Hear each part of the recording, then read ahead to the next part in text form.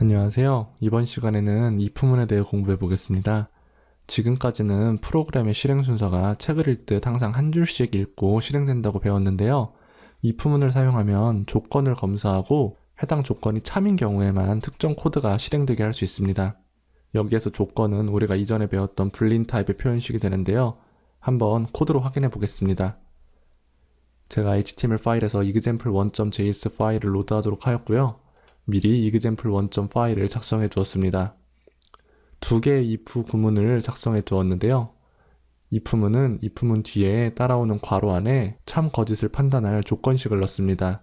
그리고 그 조건식이 참인 경우에 실행될 코드를 중괄호 블럭 안에 작성을 하면 되겠습니다.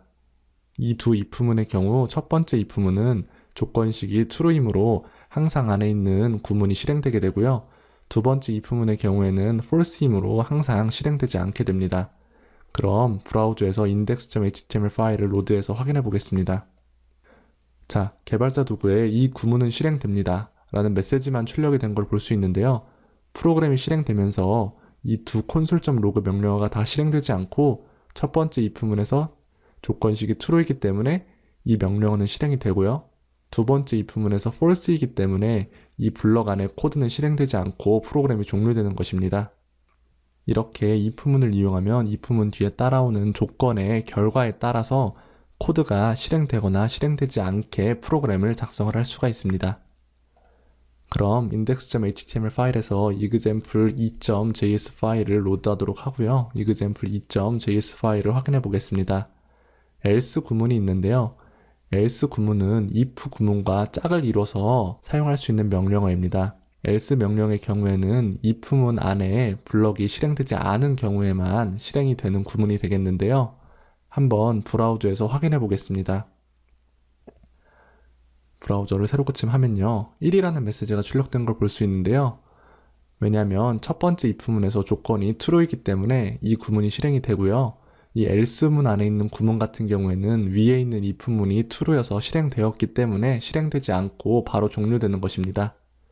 그럼 이 첫 번째 if문의 조건을 false로 바꾸고 다시 브라우저를 새로 고침해보면 이번엔 2가 출력된 것을 볼 수 있는데요.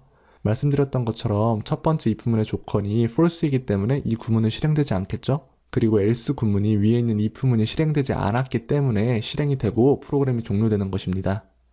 이렇게 else 구문을 이용하면 조건이 참인 경우 그리고 거짓인 경우에 대해서 실행할 코드를 각각 작성할 수 있겠죠. 이번에는 3.js 파일을 로드하도록 하고 example 3.js 파일을 확인해 보겠습니다. 자, if문, else if문이라는 게 나왔고요. else if문 그리고 else문이 등장했는데요. else if문 같은 경우에는 if문과 else문 사이에 몇 개든 작성할 수 있습니다. 이 코드에서는 두 개의 else if 구문을 작성해 두었고요. else if문은 위에 있는 if문이 실행되지 않았을 경우 조건을 검사하고 그 조건이 참인 경우에 명령을 실행하게 됩니다. 그럼 한번 브라우저에서 확인해 보겠습니다. 새로 고침을 하면요. 처음에는 1이 출력된 걸 볼 수 있습니다. 왜냐하면 첫 번째 if문의 조건이 참이기 때문에 이 구문이 실행이 되고 이 뒤에 있는 else if 및 else 구문은 실행되지 않게 된 거죠. 만약 첫 번째 조건이 false인 경우에는 새로 고침을 해보면 2가 출력이 되는데요. 왜냐하면 첫 번째 if문이 거짓이어서 이 구문은 실행되지 않고요. 이 두 번째 else if문은 위에서 코드가 실행되지 않았기 때문에 이 조건을 검사하고 2가 출력되게 되는 것입니다.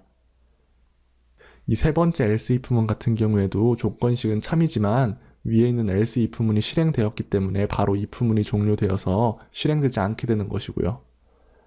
그럼 이 두 번째 else if문도 거짓인 경우에는 브라우저에서 확인을 해보면 3이 출력이 되는 것을 볼 수 있습니다. 왜냐하면 이번에는 이 구문까지 실행되지 않았기 때문에 이 조건이 검사가 되고요. 그리고 이 구문이 실행되게 되는 것이죠. 모두 예상하시겠지만 이 세 번째 else if문까지 거짓인 경우에는 4가 출력이 되게 됩니다. 모두 거짓이어서 이 해당하는 구문들이 실행되지 않고 마지막 else 구문이 실행되게 되는 것이죠. 이렇게 if문과 else if문 그리고 else 구문을 사용하면 조건에 따라 프로그램을 분기할 수 있습니다.